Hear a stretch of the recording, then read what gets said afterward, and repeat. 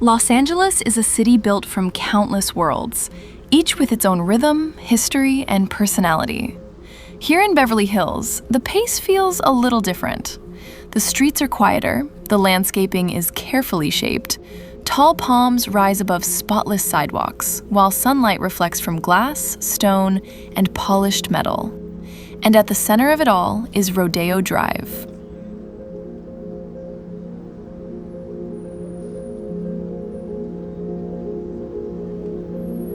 Although Rodeo Drive stretches for about 2 miles, its internationally famous shopping district occupies just 3 blocks, from Wilshire Boulevard to Little Santa Monica Boulevard. Today, those 3 blocks contain more than 100 luxury brands. But Rodeo Drive wasn't always a symbol of fashion and wealth. The street was laid out in 1906, when this area was being transformed from ranch land into a new residential community. The name comes from Rancho Rodeo de las Aguas, the gathering place of the waters, the historic land grant from which Beverly Hills eventually developed.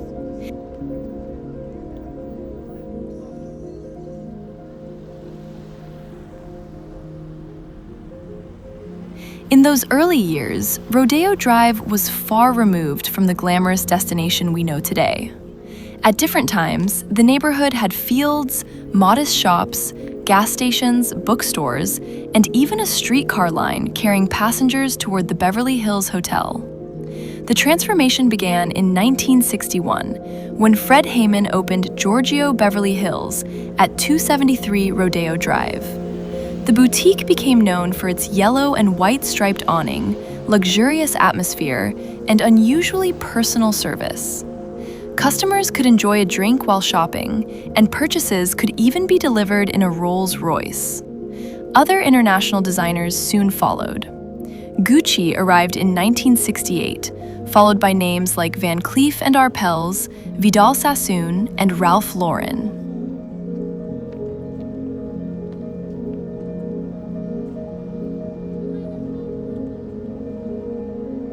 By the 1970s, Rodeo Drive was deliberately creating a new identity, not simply as a place to shop, but as a stage for fashion, architecture, celebrity, and spectacle. That theatrical quality is still visible everywhere. Some storefronts feel more like galleries than shops. Their displays are carefully composed, the interiors are hidden behind dramatic entrances, and the buildings themselves are designed to attract almost as much attention as the products inside.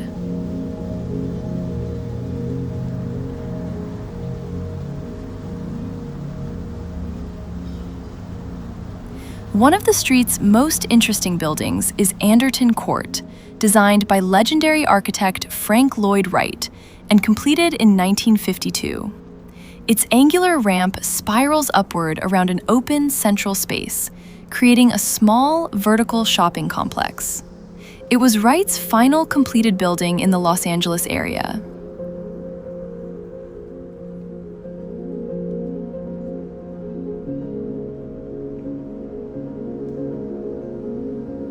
Near Wilshire Boulevard, the cobblestone walkway of 2 Rodeo Drive creates an entirely different illusion.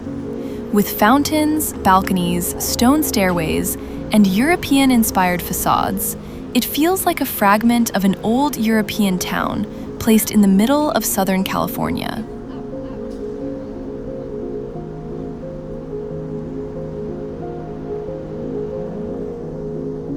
Across the intersection stands the Beverly Wilshire Hotel, opened in 1928. Long associated with Hollywood history, the hotel became even more recognizable after appearing as a principal location in the film Pretty Woman. That movie helped strengthen Rodeo Drive's place in popular culture. For audiences around the world, the street became shorthand for the Los Angeles fantasy, a world of movie stars, expensive cars, grand hotels, and almost impossible luxury.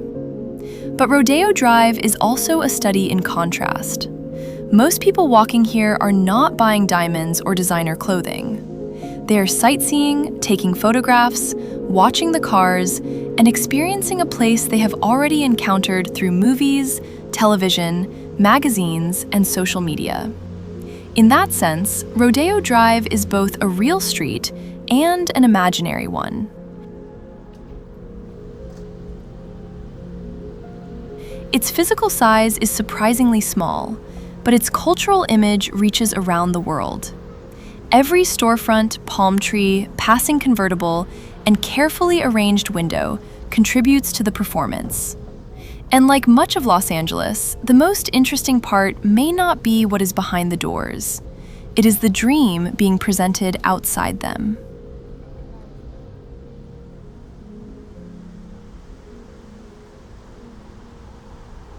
Just west of Beverly Hills, the skyline changes.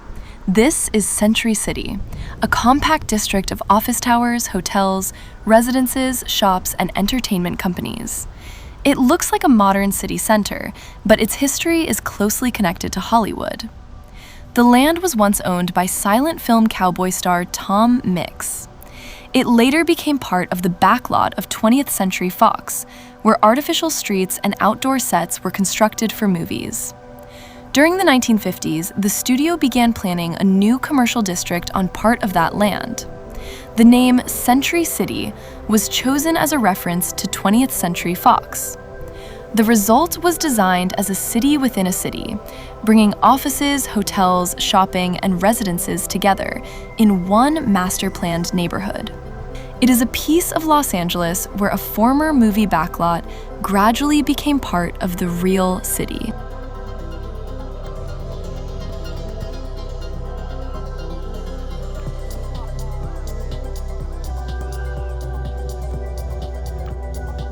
From the towers of Century City, we continue west until the streets finally meet the Pacific Ocean. This is Santa Monica, where Los Angeles opens onto the sea. The atmosphere changes immediately.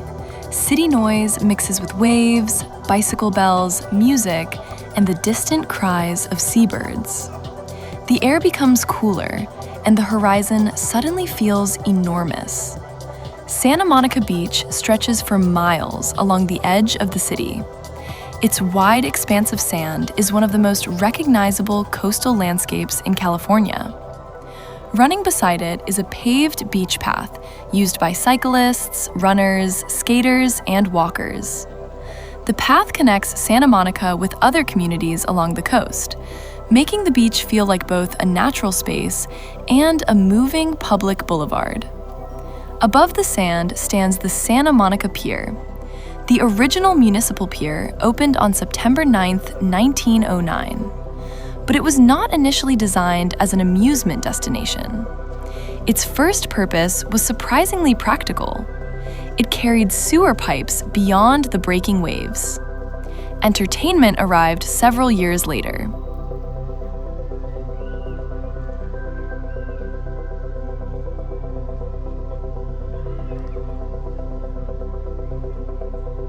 In 1916, amusement entrepreneur Charles Loof, who had previously built carousels at Coney Island, constructed a second pier beside it.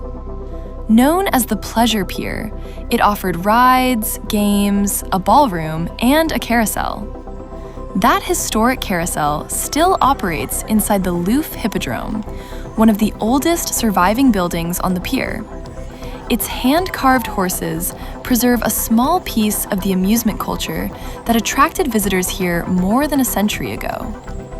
Over the decades, the pier has survived changing fashions, economic uncertainty, demolition proposals, and powerful storms.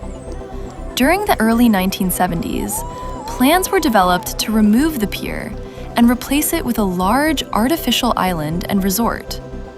Local residents organized to protect it, and the demolition order was eventually withdrawn.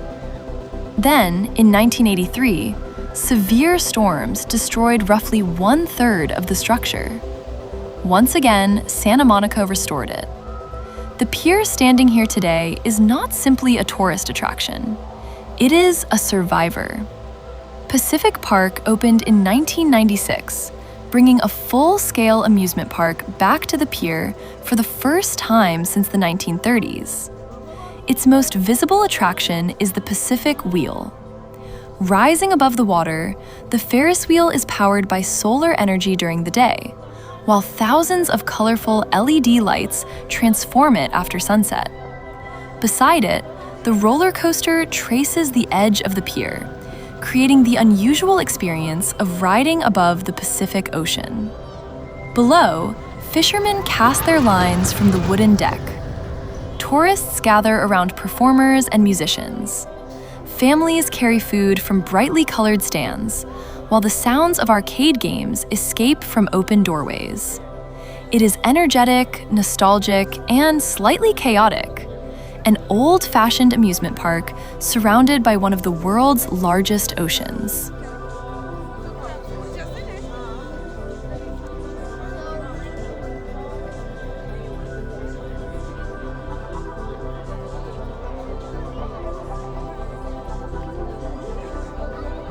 The pier is also connected to another American legend, Route 66. Established in 1926, the historic highway carried travelers west from Chicago across nearly 2,500 miles of the United States. The official highway was later extended into Santa Monica, ending near the intersection of Olympic and Lincoln Boulevards, not directly on the pier. But the pier became its symbolic finish line.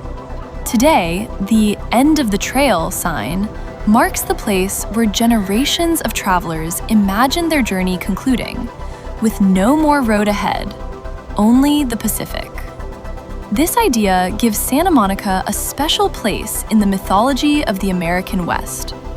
For some, it represents arrival. For others, escape. After crossing cities, deserts, plains, and mountains, the continent appears to end here at the water. The pier itself forms a bridge between those two worlds. Walk in one direction, and you return to streets, traffic, buildings, and the movement of Los Angeles. Walk in the other direction, and you travel above the waves, surrounded by open sky.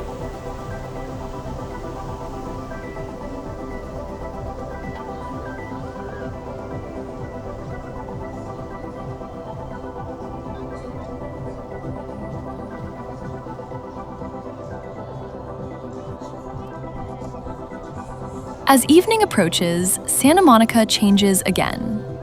The sunlight becomes warmer. Shadows stretch across the sand. The mountains along the coast begin to form dark silhouettes, and the Ferris wheel grows brighter against the fading sky. People stop to watch the sun descend toward the horizon, a simple event that happens every day, yet never looks exactly the same twice. Behind us is Los Angeles, enormous, restless, and constantly reinventing itself. Ahead of us is the Pacific, open, timeless, and seemingly without end. Between them stands the Santa Monica Pier, carrying more than a century of memories above the water.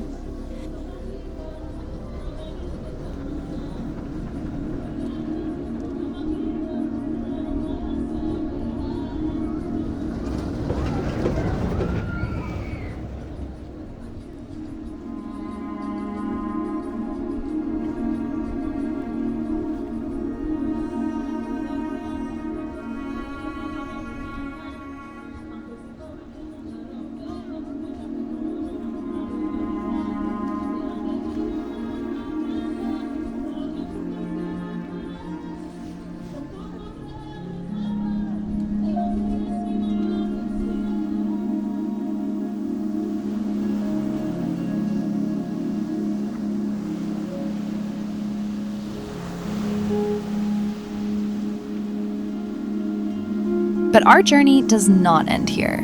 Beyond the pier, the coastline continues west. The city gradually loosens its grip.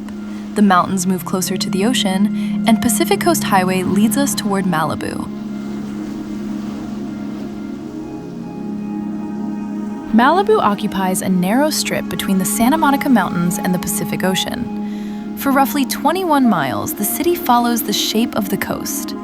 In some places, the mountains descend so sharply that there is barely enough room for the highway between the cliffs and the sea.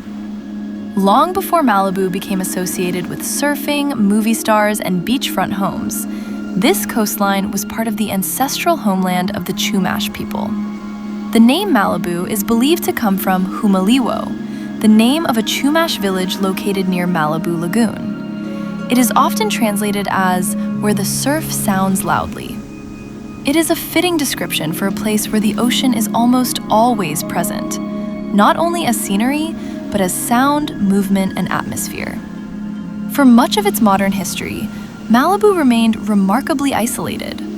The construction of Pacific Coast Highway in the late 1920s opened the coastline to greater public travel and helped transform it into one of California's most famous seaside communities. The road itself became part of the Malibu experience. It curves between rugged hills and open water, passing beaches, canyons, rocky points, and houses balanced along the edge of the land.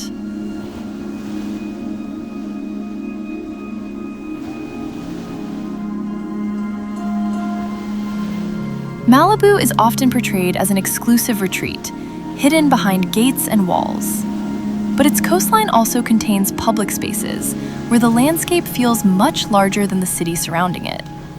One of the finest examples is Zuma Beach.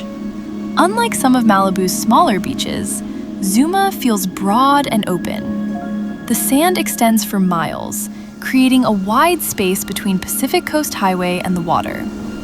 There is no amusement park here. No Ferris wheel rises above the horizon, and no wooden pier reaches into the ocean. The main attraction is the coastline itself.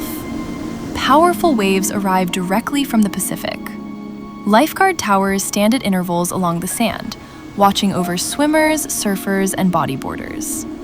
Zuma is known for its strong surf and changing ocean conditions.